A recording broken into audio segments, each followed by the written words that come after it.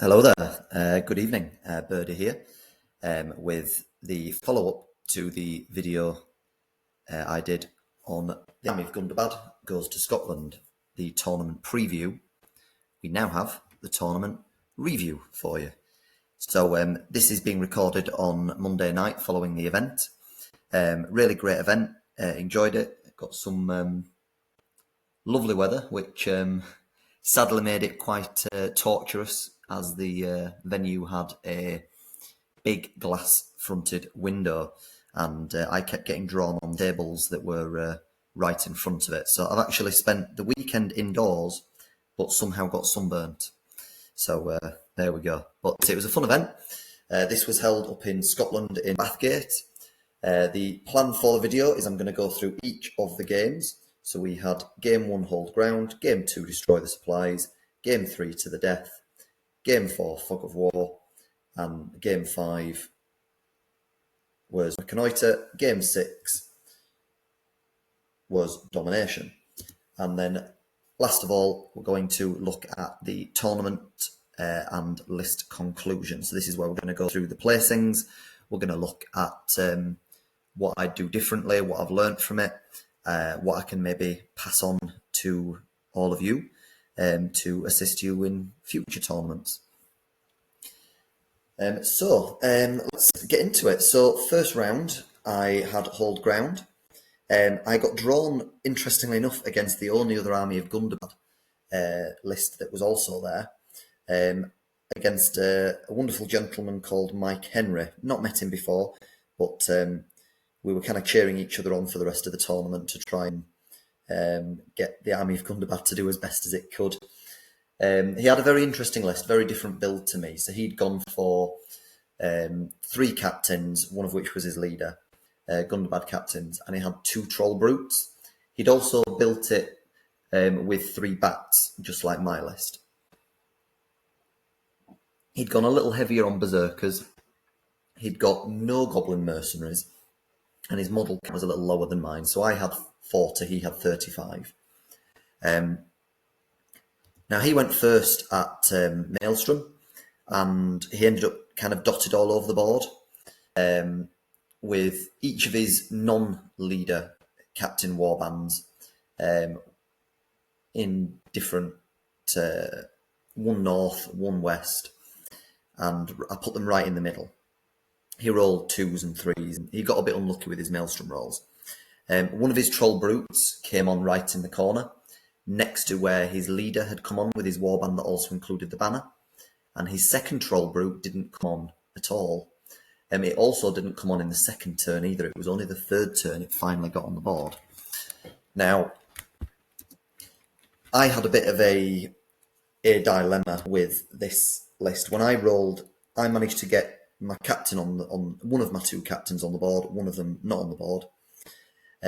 However, I had a decision to make with Bolg, which was, this scenario has banner points in it, and I don't have a banner. He did have a banner, so I needed to deal with get rid of the banner. I also saw his leader in that same warband, and there's VPs for getting the leader. So I had a choice. I got a 5 for Bolg, which meant that I was on the side of the board where his troll brute and his captain with this banner warband was as well. And I thought, well, individually I could deal with the captain's warband, I could deal with the troll brute, or I can go for the ever so slightly more aggressive play, which would be I go between the 2 of them and try and hit them both hard, try and get them both off the board, and then I'll be in a big advantage. His banner's gone, his leader's gone, there'll be might points off the board, 1 troll brute's gone, and he wouldn't be broken at that point, and then I can get to the middle of the board and deal with what he's got left. And that's what I went with. However, I was toying with the idea of, is it better if I just guarantee it, I get right behind the troll brute and get that off the board first? That'll give me a 120 point advantage in the game, and then I can go for his captain and his banner. But I was aware that he's got the same rules as me, can do his free march. I thought there's a decent chance then he would be able to get his captain and his banner to the middle of the board, and I would have trouble getting to the banner or his leader later in the game, perhaps. So I chose the overly aggressive option, and that backfired on me, ultimately. Bolg had a bad game. I lost almost all of the move-offs, if not all of them. I believe it was all of them. If Mike does listen to the video, he could correct me. If I did win one, I won one when it was no longer really, it didn't really matter anymore. I might have won one towards the end, but only when I had very little left on the board. Yeah, he won the move-offs. Sadly, I got trampled. I managed to get my second captain warband on the board in the bottom corner, in the south corner. Well, middle of the board, but south. And then he came on with his troll brute right behind them. And again, won a move-off and trampled straight through the line. Did a lot of damage. I did manage to kill one of the troll brutes. I did manage to get a captain and a load of Gundabads into one in a bit of a counter charge, and I did manage to take one of them out. The other one went over and trampled Bolg, putting him down to 1 wound, and then a berserker went into Bolg. And I had 3 attacks plus his banner, and I think I had a might point on him as well. And I rolled a 3. I lost the fight to the berserker, and the berserker put a final wound into him. So Bolg died to a single lone berserker. So that was very annoying. Just an unfortunate game. Mike was a wonderful opponent to play against. Really enjoyed the game, and as I say, we were cheering each other on for the rest of the event. But sadly, my army did lose. I didn't get a single hurl off as I intended with my brutes in that game either. My troll brutes, not my troll brutes, my ogres. Both my ogres failed every intelligence check in the whole game, which is sadly a running theme of this whole tournament. With 7+ intelligence, they should be passing 58% of the time. And yeah, I got a bit unlucky in this game. So I don't think there's a huge amount I could do differently. On reflection, I could have deployed differently with Bolg's warband to go aggressively into just the troll brute and then hopefully get into his banner and leader later on in the game. But I thought I might not get another chance like this again. I got a bit too greedy, trying to play a little too aggressively. Sadly, that is a little bit of a running theme in the tournament as well, as you'll see. So I did start the event with a 18-4 loss. Managed to get a couple of victory points. I did manage to get the break on him, and I'm not actually sure what my other points were for, but I did get something for something else. That was the result anyway, 18-4 to him. So we move on to game 2. So game 2 was Destroy the Supplies against Last Alliance, led by Chris Stone. Again, I hadn't met Chris before. Very nice opponent.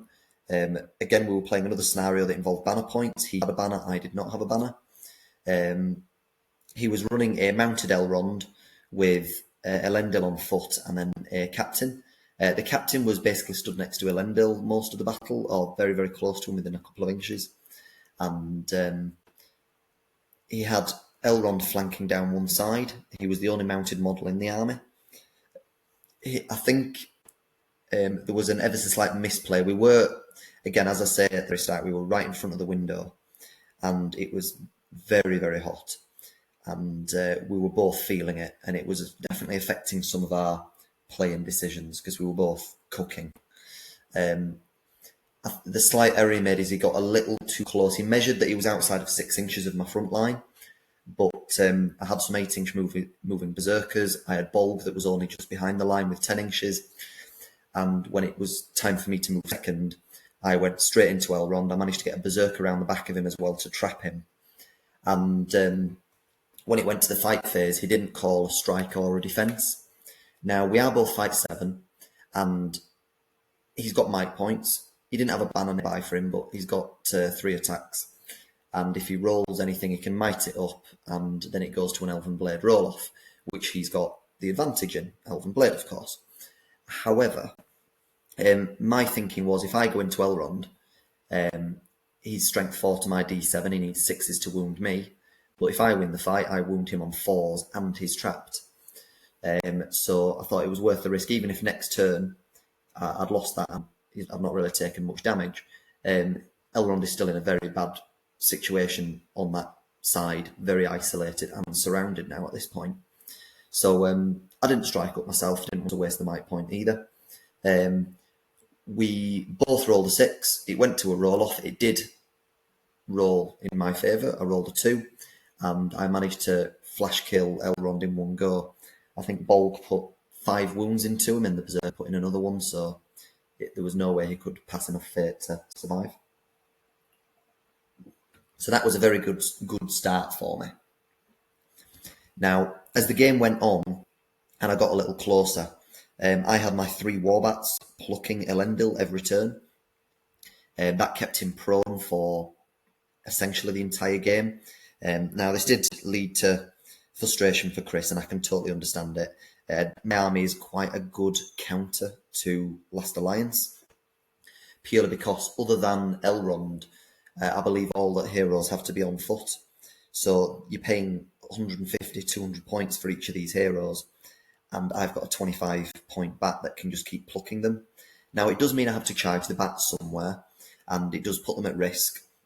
But because I'd already got Elrond off the board, he'd spent some might on his captain already as well with a sadly failed heroic combat.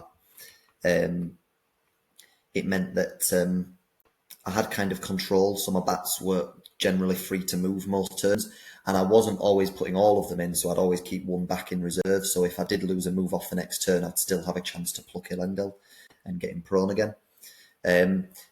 Now, my opponent did roll exceptionally well with the Whirl of Blades. Now, this rule is that every time you charge an elf in the list, they roll a dice, and if they get a 6, it's an automatic wound. Now, especially in the second half of this game, he rolled a lot of 6s on these. I lost so many guys. There was one in particular moment, very, very near the end of the game. It had already been decided at this point. But I said, I'm going to charge this Gundabad into this single elf. He rolled a 6. I picked another Gundabad to go into that same elf. He rolled a 6.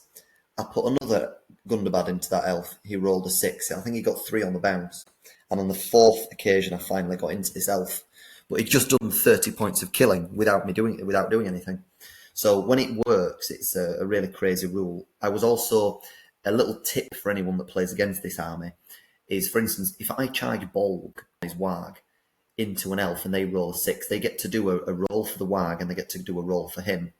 Now that's really risky because it means that if he rolls a 6 on the Warg, I've lost my Warg straight away. That's massive for Bolg.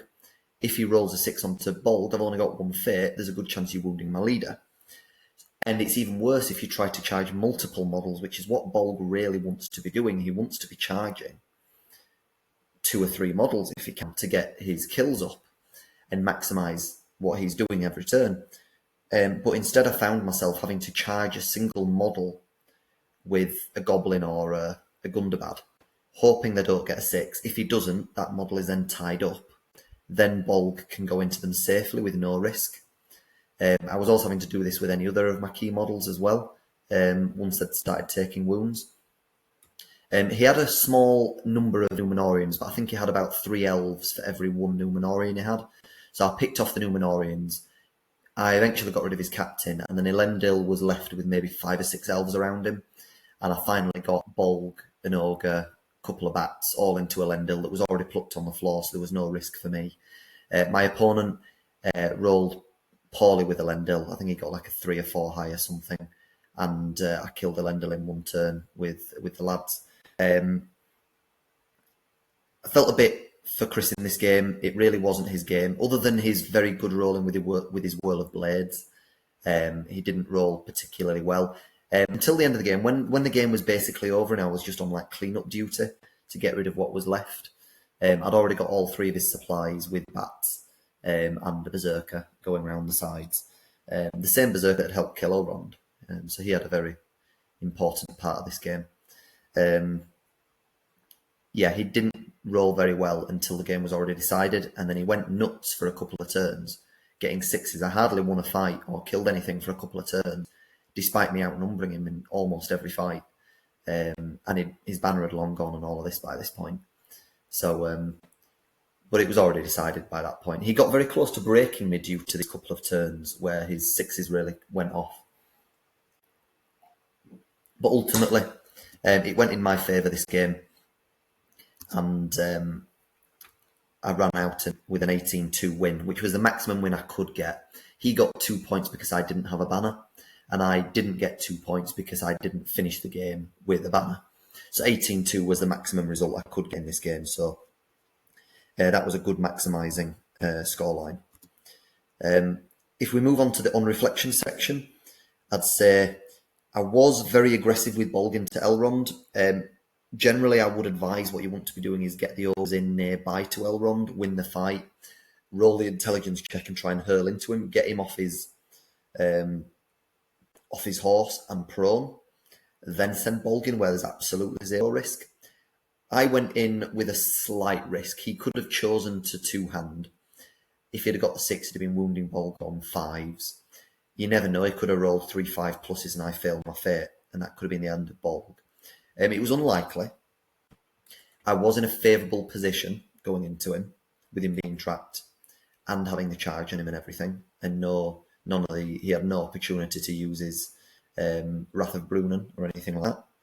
However, it was a bit risky. The only reason I did it is my Ogres were just too far away to get the charge that turn, and I saw an opportunity and thought, I think I can at least survive one turn, even if it goes wrong for me. It could have been a bit dicey the next turn if it had gone wrong for me, though. So something to reflect on there.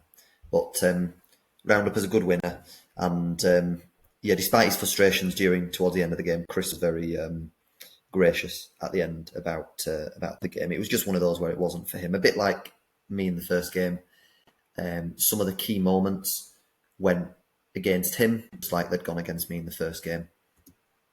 So now we move on to game 3. I had To the Death against the garrison of Ithilien, led by Alessio Santangeli. Hopefully I'm pronouncing that right. That is a better attempt than I think I made in the preview video. We were on a board once again, right in front of the window, just working on my suntan, or my sunburn. Even Alessio, as an Italian, was complaining as to how ridiculously hot it was. We were on a board as well with almost no terrain. Now, Brett Knight running the event was a lovely host. Things ran rather smoothly, and the tournament was very good all round. The only thing I would say as a comment is the terrain was not ideal. The boards were covered in these felt mats, which your model would constantly get stuck in, and it would make it a bit difficult to move them and keep them in base contact with each other for like space supports and banners and things. But on top of that, there was not enough terrain on the majority of the boards to give you any sort of cover for shooting. So this game against Alessio, there was like a rocky outcrop in the middle of the board and one house on the far side, which I'd actually put on the board. It wasn't on there originally, but I agreed with him that we'd put it on the board. Other than that, there was basically nothing. And this meant that he's a garrison of Ithilien, of course, is a shooting army. He had 13 bows. Now, Alessio actually hadn't built this in as horrible a way as he could have done. He could have built it in with 20 plus bows, but he'd gone for a more Minas Tirith tin can build with a split of Rangers and Osgiliath veterans with bows. He still had 13 shots. And he'd told me that in these previous 2 rounds, he'd done 2 kills with shooting, so there was nothing for me to worry about. As soon as he said that, I knew what was going to happen. He shot 7 Gundabads in the first 3 rounds of shooting on my way in. And bear in mind, that's a strength 2 bow going up against D6 Gundabads, needing 6s. And he managed to kill 7 in just 3 turns of shooting. Then, luckily, the lines engaged, and I think he only got maybe 1 or 2 kills from shooting during the rest of the game then. A big factor in this game was that rocky outcrop in the middle of the game, in the middle of the board. I had a captain. I realised that in To the Death, and this is something to explain to you if you don't already know, with to the death, there are 5 victory points available for breaking the opponent, 5 victory points available for killing their leader, and then there's 4 victory points for banners. So I was well aware that Alessio would probably be trying to protect Faramir and keep him out of the fight, knowing that he's quite squishy at d5. Additionally, he had a banner and I didn't, so I realised I needed to get into his banner, so I needed to hit him hard. But I also needed to make sure there wasn't an escape route for him. So I sent a warband of my captain down the right side of the rocky outcrop and sent a few other guys from my other warbands that way as well. And then sent the main force with Bolg and another captain with my ogres and my bats down the left-hand side. And I hit into the left-hand side extremely hard. Bolg's on a bit of a rampage getting kills, which was amazing. My ogres were killing despite the fact they were failing all their intelligence checks again, so I was never quite hurling into the models that I wanted. And my bats and other Gundabads and stuff were doing work and getting round.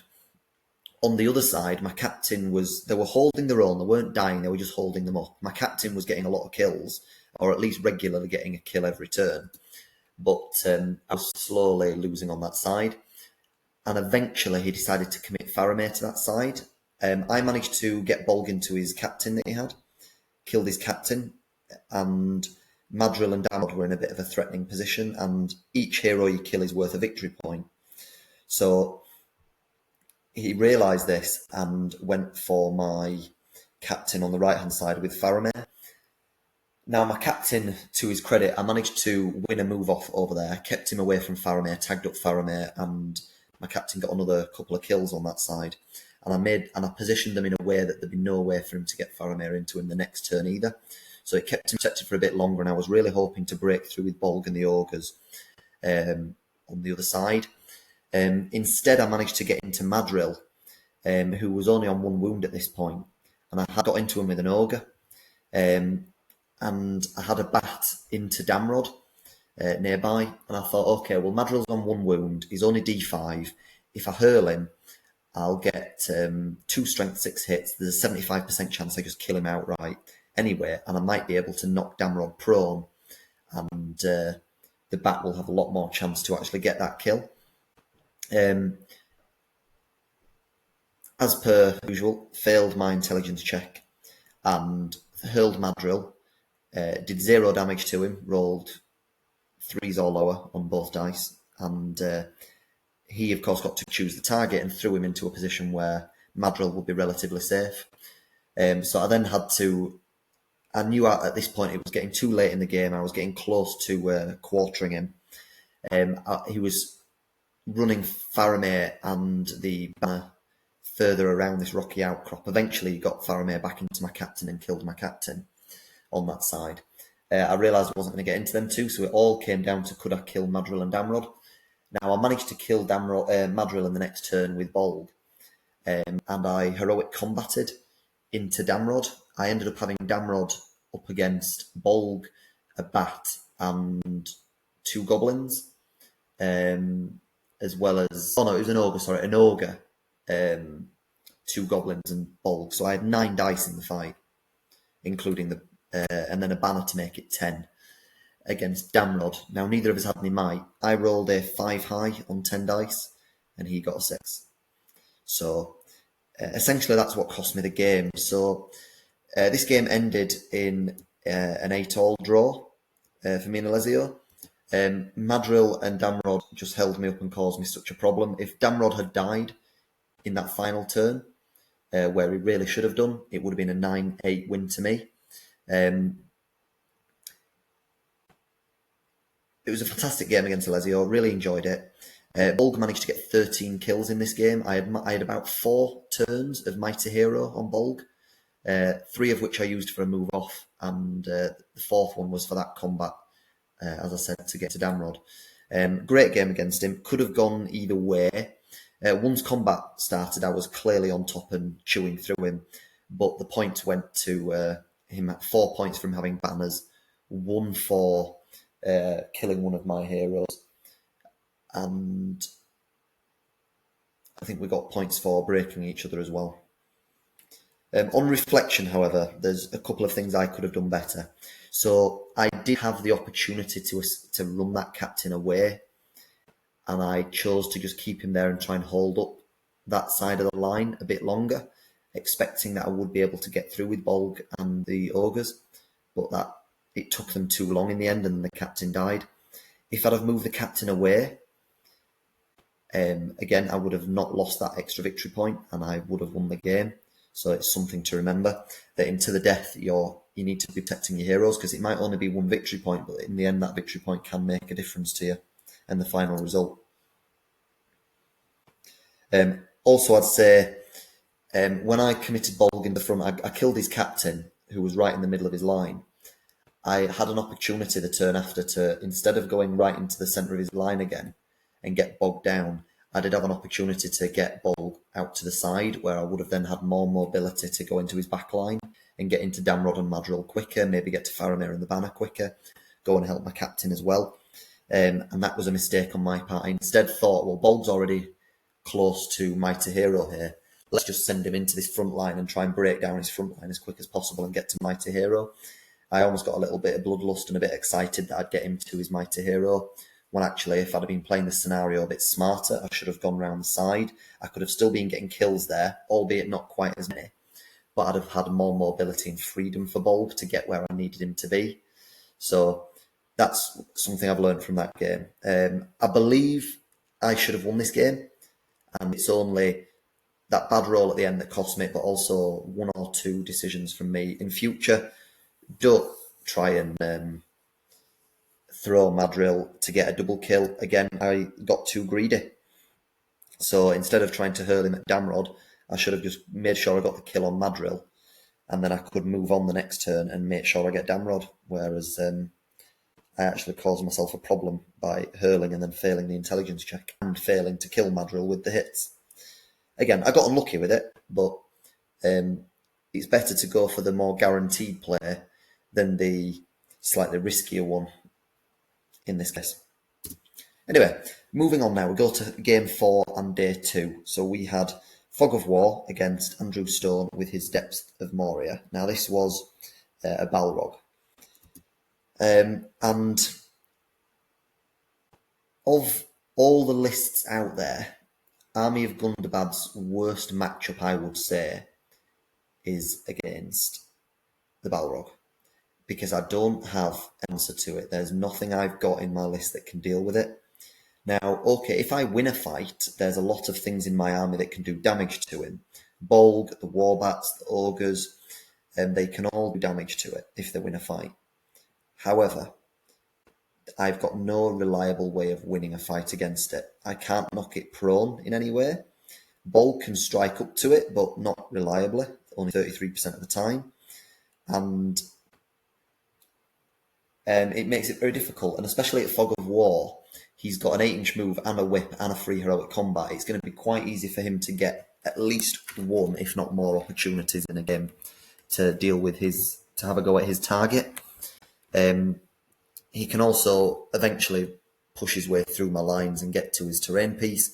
He had 64 models to my 40. Now, this was one of the boards with a bit more terrain on it, which was nice. There were some ruins in the middle, which I managed to draw the Balrog into early game. And it kind of got stuck there for a bit, and I had it tarpeted with goblins. I sent Bolg, a captain, and my ogres down the right-hand side to try and capture my terrain piece with the berserkers. Trying to get Bolg some kills as well. I got him up to 7 kills. And then I had my captain I was choosing to protect on the complete opposite side. Now I did this. I kept all the Warbats with him as well to help protect him. I expected my opponent at some point to make a move to deal with Bolg, because he can't just let Bolg continue on a rampage and kill everything.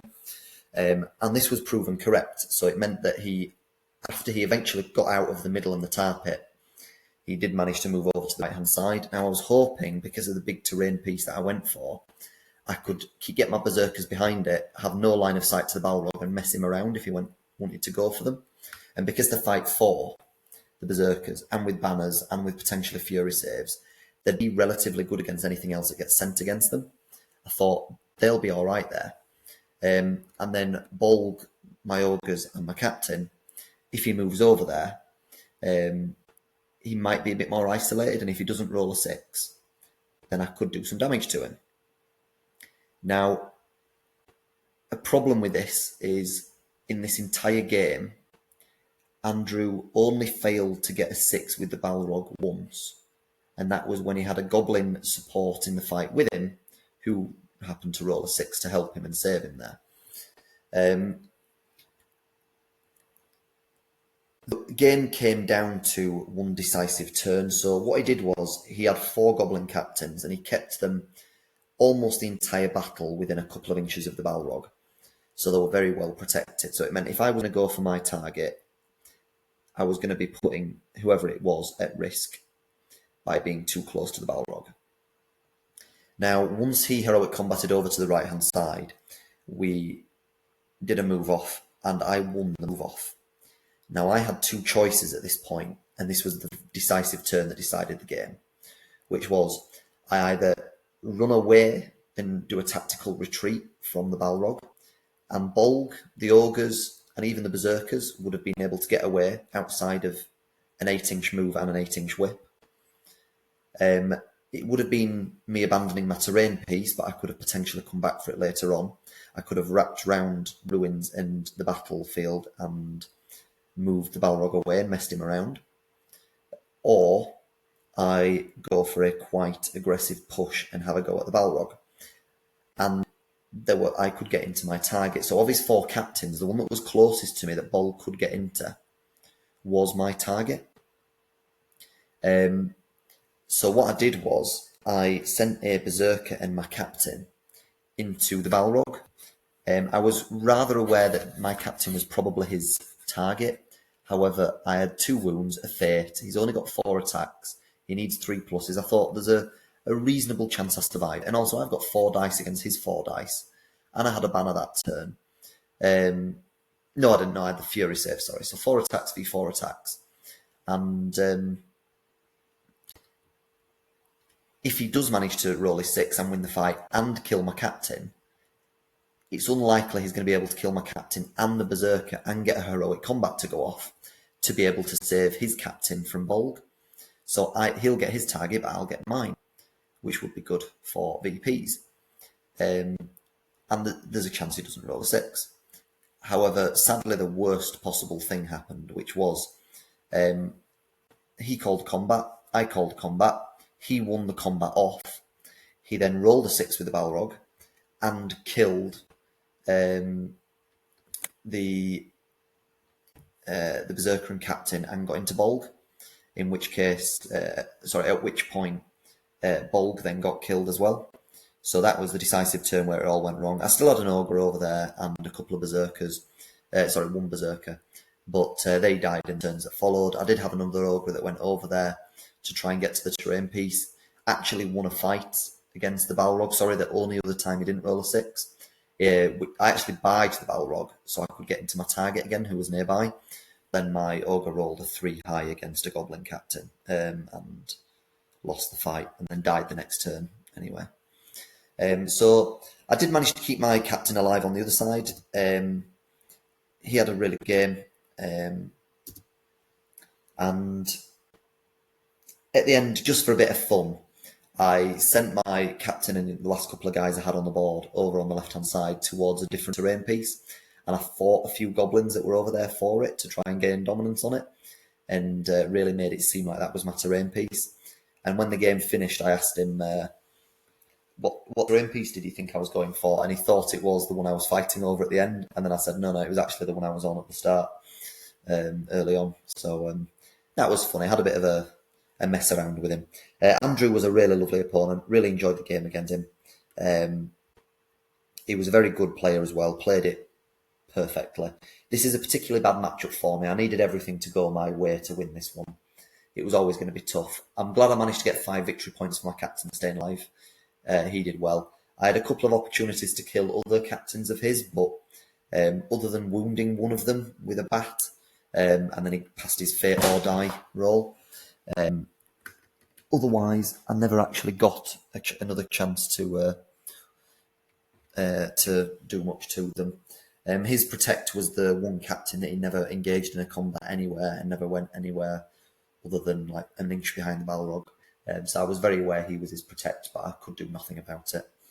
And then he eventually just got to his terrain piece at the end of the game. It didn't end for 4 turns after it could have done.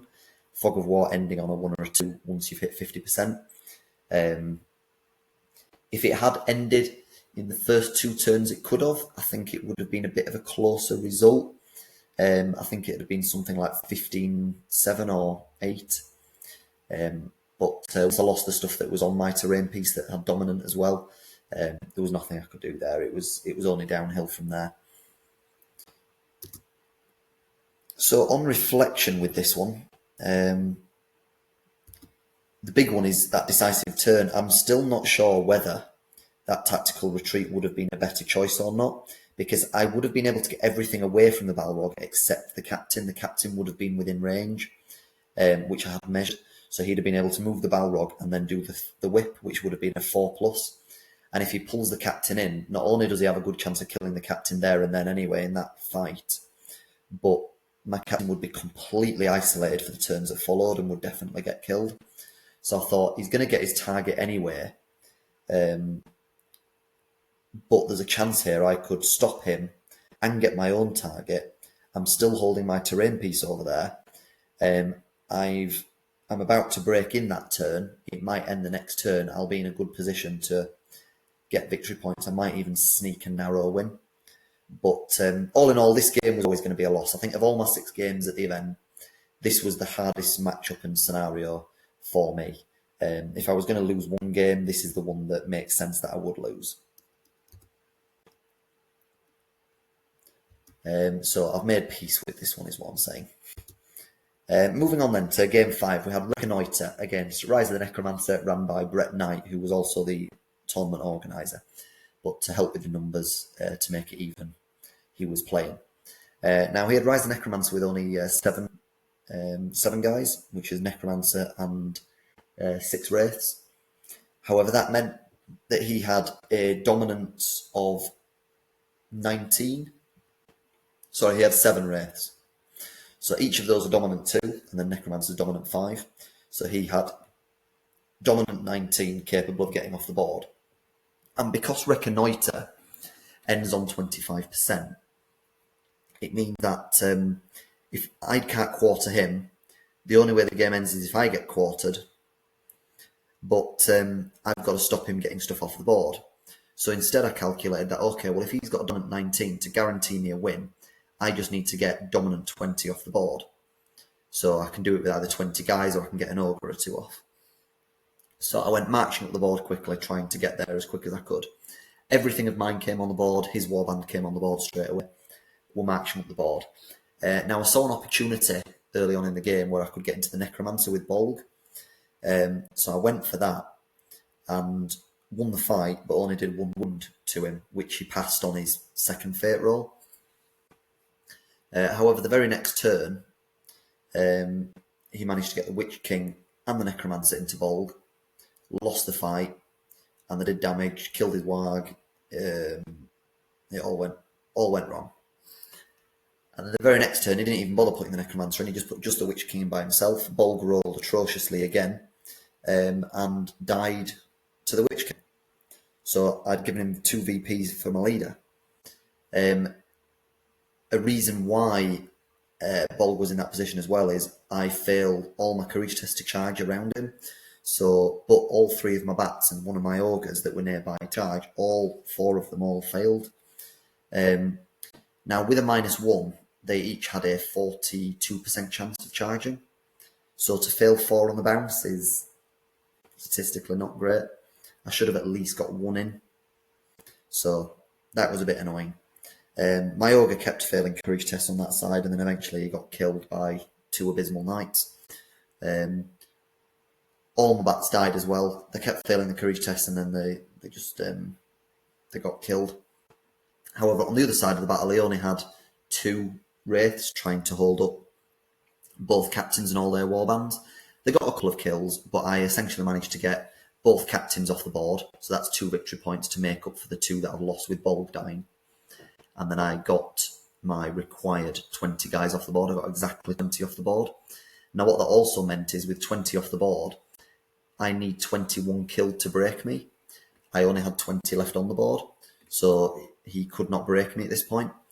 So the game ended with me having nothing left on the board, and I'd killed a couple of his wraiths, and it ended with a 14-2 win to me, because I avoided that break to give away any extra points. What was interesting was Brett quickly realised that because he's strength 4 on the guys, he was struggling to wound at first. He then made a big push to go just after my goblins, and because they were running a bit slower than the others to get off the board, he was able to catch them and get into them. So I did lose a lot of guys. It was a bit dicey for a while, but 14-2 is about as good a win as I could have got from this game, I think.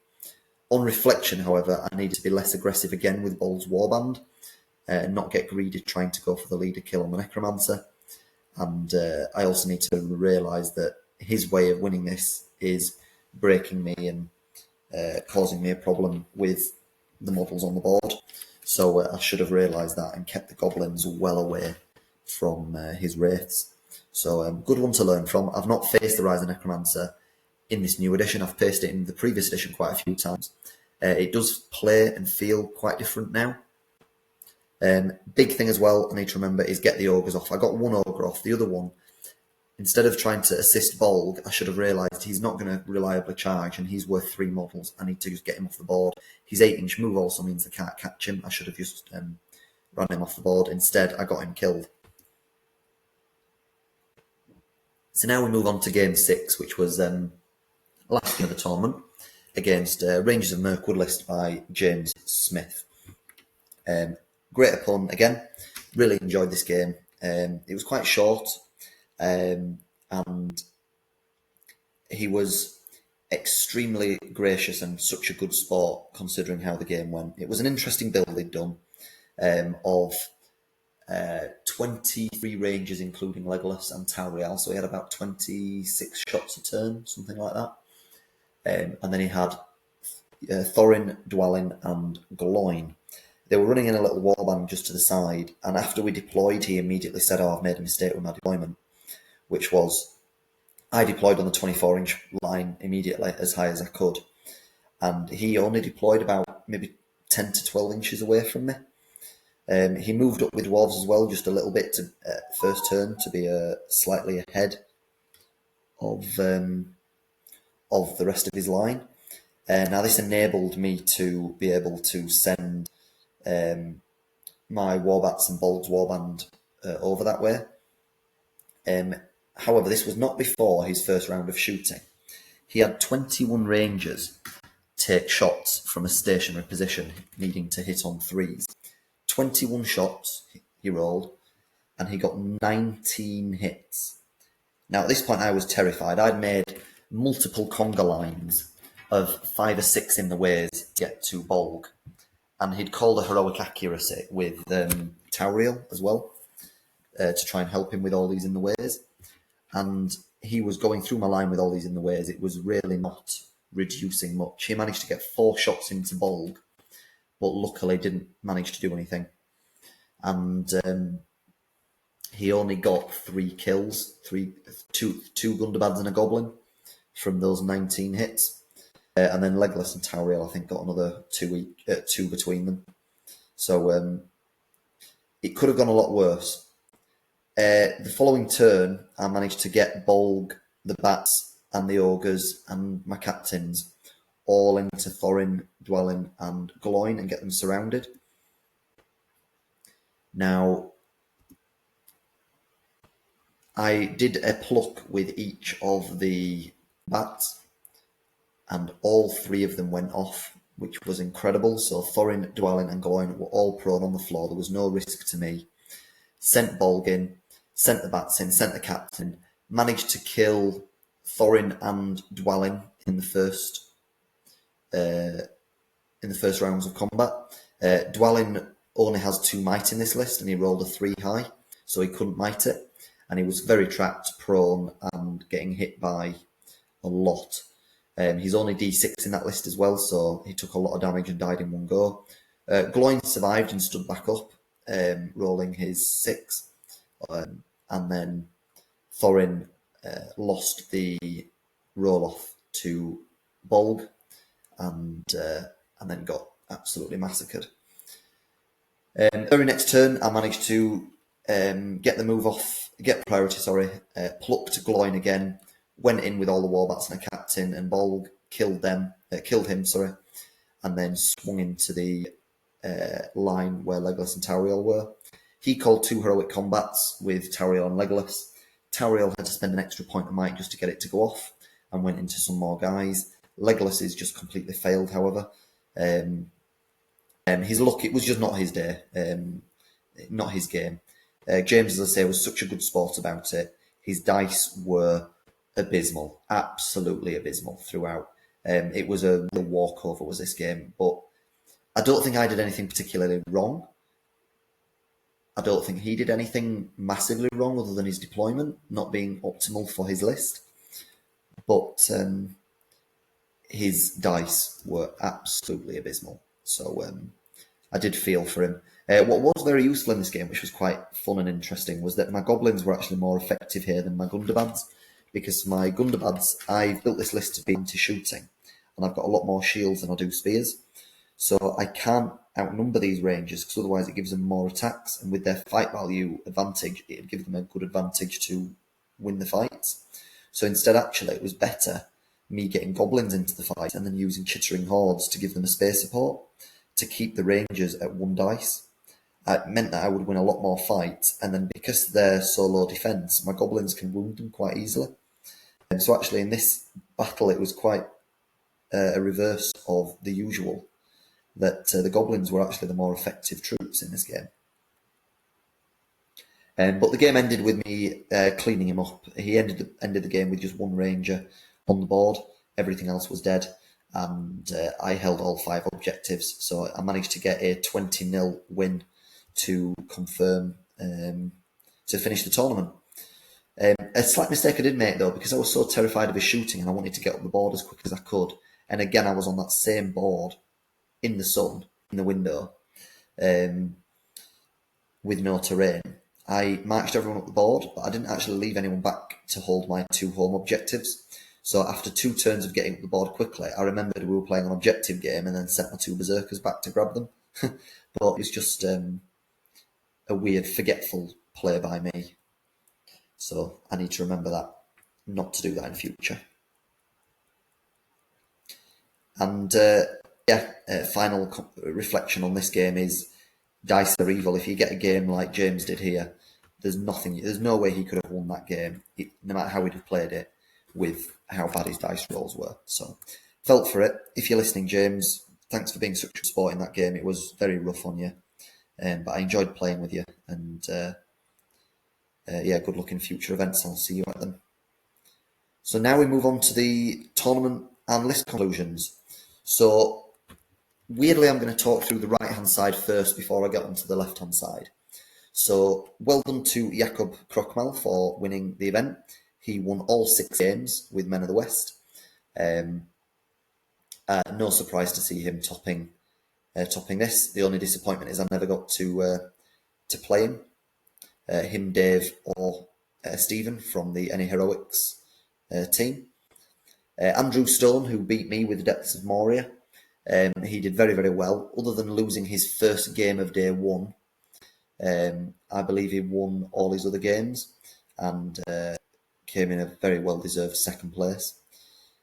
And then 3rd place goes to Dave Farmer with his beloved Army of the White Hand that he takes to all the events at the minute.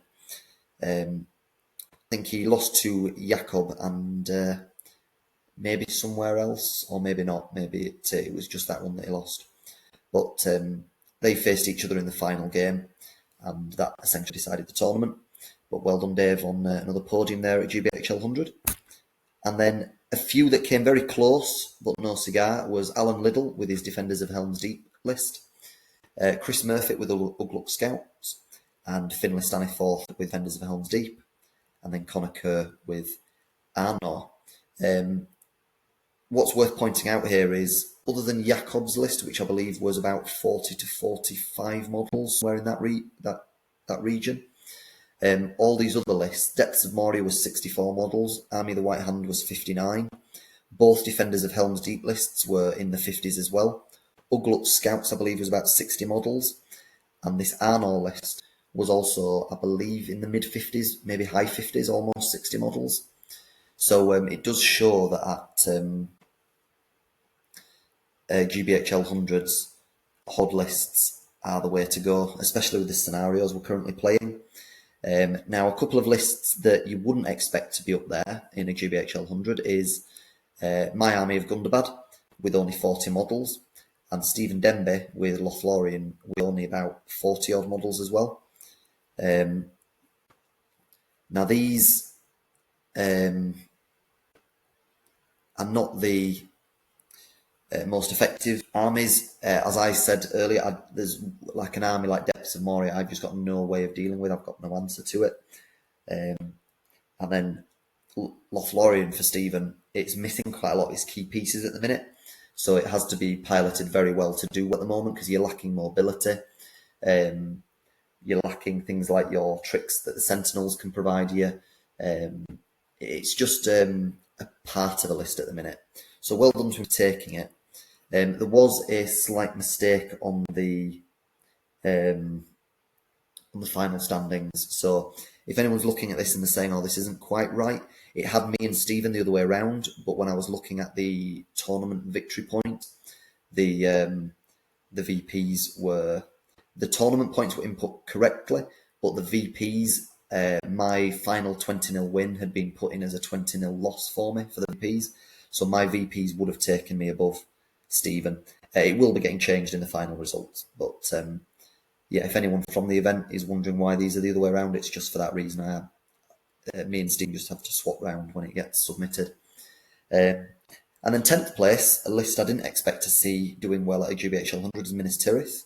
It's a good list, it just doesn't really have many tricks, it's quite a blunt object, but again, good model counts, do well at these. Marty Sanderson had a 73 model Usurpers of Edoras list. Now, most people don't think this is a particular competitive list, which I would tend to agree with. However, when you're running 73 models, you're going to do well at an event, just from sheer weight of numbers. You can also have a lot of bows in the list, and even if they're not particularly good, 4+ to hit and strength 2 bows, sheer volume of dice will do damage. And then last of all, James Smith snuck in with his Rangers of Mirkwood with a 26 model army. So well done for bucking the trend there. Well done to everyone else that attended the event as well. I've missed off some others just because I ran out of space here, so I've only showed you the top 12. But there were some very interesting lists, some really nice opponents. It was a good event all round. And then there is some conclusions now that I'm going to draw based on what happened at the event and what I saw, which is don't be greedy. There was a couple of these games where you've seen me on the reflections say I've been ever so slightly too aggressive, going for too many things at once, thinking, right, I'll take out his leader, I'll take out his banner, I'll take out his brute. I've gone for too much too quickly, thinking I might not get a chance later on, and saw an opportunity, when actually I needed to maybe be a little more cautious and patient, a bit more methodical. Let's just make sure you definitely guarantee get one of those things that you need off the table, then move on to the next one. You don't need to do them all at once, because dice betray you and things go wrong, and actually you go for too many things, you end up getting none, and that is what happened to me. So that is my recommendation: is I wouldn't say be cautious. I think you should want to play in an aggressive way at this game. I think you want to keep on the front foot. You want to ask your opponent questions, cause them problems, make them be reactive. Don't be reactive yourself, but make sure you focus something with as much attention as it needs to make sure it happens, instead of going in a little piecemeal is probably the wrong word, but you want to make sure something comes off. I've also put on here focus on what scores you points sooner. So like my game against Rangers of Ithilien, I needed to be focusing on getting Faramir and the banner quicker than I did. Instead of getting excited that Bolg's going to get to Mighty Hero, which is an achievement in itself, I needed to be getting him to the flanks so he can wrap around and get into the things I need him to kill. Another thing I've learned from this is I went to Scouring of Cheshire a few weeks ago, and although there were some excellent players there, I won the event with this exact same list, and the Ogres felt pretty good. However, the calibre of players does increase at GBHL hundreds, and if you're wanting to podium or you're wanting to do well at these events, there was a noticeable difference in the Ogres' effectiveness in this tournament. The fact I had only 40 models was a problem when my Ogres are regularly losing combats just because they don't have any might behind them, and I just didn't roll particularly well with them. But then on top of that, their inability to charge stuff that I needed them to due to courage, and also their inability to pass an intelligence check for any key hurls I needed, really cost me in some games. I think I would have done better at the tournament if I would have had no Ogres, and I would have instead had an extra bat or an extra captain or just more bodies in general. I'd say bats are the key to the list. Moving on to the next point. 3 bats did amazing for me. I'd even say maybe a 4th could be on the cards going forwards. The movement they give you, the threat they give you, the pluck rule is incredible. The pluck rule single-handedly won me the games against Last Alliance and the Rangers of Mirkwood lists. It was also very, very effective in my other games as well. The bats are fantastic. Yes, they're squishy. You do need to pilot them well. Be aware of their limitations with fight value and defence. But if you use them well and place them well when you are using the pluck rule, charging them into relatively safe spots, they are incredible. Bolg is one I want to discuss. So Bolg is a big points investment. You're paying 195 points for him on his WAG, and he regularly loses his WAG. However, the threat he provides your opponent and the damage he can do is incredible. His Master of Battle is rubbish. 5+, he's so unreliable, you don't get it often enough. I really wish it was 4+. It'd be way more effective. The amount of 4s I roll on his Master of Battle is annoying. He's really fun to use. This whole army is really fun to use. And I will definitely be taking Gundabad again to events, just with slight tweaks. And I still think, and I do believe, that the inclusion of Bolg is a necessary one, because he gives you answers to everything except the Balrog. Anything you come up against, he's fight 7, he's got strike, he's got Master of Battle, he's strength 5 with a +1 to wound. I don't think there's a single fight in this tournament that when he won it, where he didn't fail to get a kill or at least deal out some wounds. His problem is winning the fights, but as long as he can win the fights, he always guarantees he kills, and it's good to have at least one piece in your army that you can rely on to do that for you. So when I did get heroes in bad positions and I put Bolg into them, I knew that if I won the fight, I can make that count. Whereas in other lists, you might get great opportunities and set everything up correctly, but your actual damage output isn't enough to do it in one go, and then you can get bogged down or they can escape, and that's it. Another thing I learned from running this at GBHL 100 is I didn't have enough might. I had 7 might, 800 points, plus a rubbish Master of Battle. I needed more might. I did feel it in every game. It makes you less willing to call heroic combats and things like that because you're well aware that you've got such a finite amount of might in this list. You also need to regularly call moves to make sure you're picking the Ogres fights, you're getting Bolg to charge, you're getting your bats in and out of precarious positions and doing what they need to do. You need more might in the list. Point 7 is Berserkers. I only had 2 in this list. And in the 2 games where it really mattered against Terror, it was a real problem not having more Berserkers. So I think in the last edition, I was regularly running 6 as a prerequisite to every list. However, I thought, maybe you don't need as many in this edition because it's not as necessary, perhaps. But I am wrong, I would like to say. I think I will be running with more Berserkers going forward, somewhere in the region of 4 to 6. They can be a bit squishy, and it feels bad when they die because it's a 15 point loss. However, having the 2 attacks, having the 8-inch move, but most importantly, having the incredible courage is really useful. 8, I'm just going to call out again. For a GBHL 100, the only big negative to the event was the terrain was not up to the standard it should have been. You need more terrain, especially with the shooting meta as it is at the moment. And at 800 points, there's going to be a lot of bows on the board. You need more terrain to be able to interact with and use as cover on the way in. It means that these sort of events, if you have this little terrain, it's only favouring one type of army, which is the type of army we don't really want to be encouraging because it's not fun to play against when you're just getting shot off the board. Luckily, I never had to play either of the 2 defenders of Helm's Deep lists because they've placed well in the event, but they're heavy on shooting and it's not the nicest thing to face.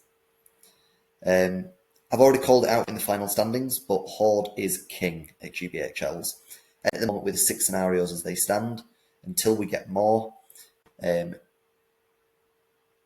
large number lists are going to do well. They can tank the shooting meta on the way in. They can dish out shooting themselves just from sheer volume of fire.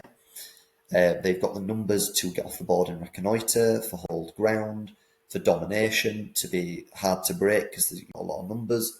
It's just what works at the moment. Number 11, I've put come prepared for a Balrog. Every 800 event you go to, or even 700s, you're seeing the Balrog. It's extremely competitive.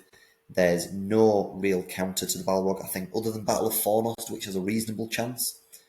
The Balrog is very hard to with. If the Balrog rolls well in the game, it generally will win. Andrew actually even faced a Fornost list in this event and beat it. So even the thing that's meant to be a decent counter to it can still lose to it if the Balrog rolls well, which it did in that game because it was next to me. And then last of all, if you do attend GBHL events, generally most venues, they get quite warm because you've got a lot of people inside. But if you're going to go to any events in particular during the summer, my recommendation is, dress prepared for it. Dress with layers that you can remove, with light layers at the very bottom. I came in some relatively thick jeans on day 1, and I was absolutely cooking, and maybe that affected some of my decision making because I was far, far too hot. Call out to the venue, however. A really great positive was we had a regular supply of really nicely chilled, iced water with some fresh oranges in it, which was delicious and very refreshing to try and keep cooling us down from what we were experiencing. Anyway, thank you for listening. Hope you enjoyed that. Hope that was in some way helpful and insightful for you at what to expect at GBHL 100 events. Really enjoyed the event of the weekend, attending it. I'll be going to another one in the middle of June up in Newcastle. Again, it's 800 points. I'm going to be considering what I'm going to be taking to that. And if this video does well, I'll look to maybe follow this up with more videos. But please let me know in the comments if you've enjoyed the video, what you think of it, what you'd like to know more about, how you think I could improve the video. And also, let me know if you like this format, if you want to see more tournament preview reviews like this, where it'll give you more insight into the tactics, what to expect, lists, what's being seen at what points levels, or if you would prefer me to go back to the army list building. To give you a slight update on the army list reviews, there is one more army I can currently do as an army list review. that is competitive enough that I can take it to tournaments and give you a good assessment of it. There has been a few calls in the comments section to review the Rise of the Necromancer Legion. There's nothing I'd love more than to do a Rise of the Necromancer run at a tournament. However, they've ruined the list by not including Gundabads in it. The Necromancer is really improved now. He's only 200 points, he's much better. However, the list itself is unplayable in my opinion at events. You don't want to run it with just him in the wraiths. You're not going to win at some scenarios. And how you want to run it is you need a decent number of guys to allow him to maximise his casting. However, you can only take Hunter Orcs in the list, which are all extremely squishy and will die. And especially at higher points, which is what you'll need to take the Necromancer in, you're going to face a lot of shooting armies and you're going to get shot to bits and it'll be no fun. So I'm really hoping in either an FAQ or in the new book, they change the army list to say you can include Gundabads. If you can include Gundabads, you better believe it, that'll be the very first video I produce for you and I'll be running it at events immediately. It makes no sense to me that it isn't in there, because if Pits of Dol Guldur can have Gundabad and Necromancer is at Dol Guldur, why can't you have Gundabads? Makes no sense. I've actually even raised it with GW, and we'll see if they actually do anything about it. So for now, there'll be one more army list review on its way, analysis video, in the next month. And after that, I'm waiting on 2 more armies to arrive, and then I'll need to be running them, test them, before I can give you a proper analysis video of it. So if there's any other ideas you've got in the meantime, or anything you would like to hear, please let me know. And last of all, I'll just end it with the standard. Please like and subscribe to the channel if you've enjoyed the video. And I hope to keep producing these for you soon. Take care and have a nice evening.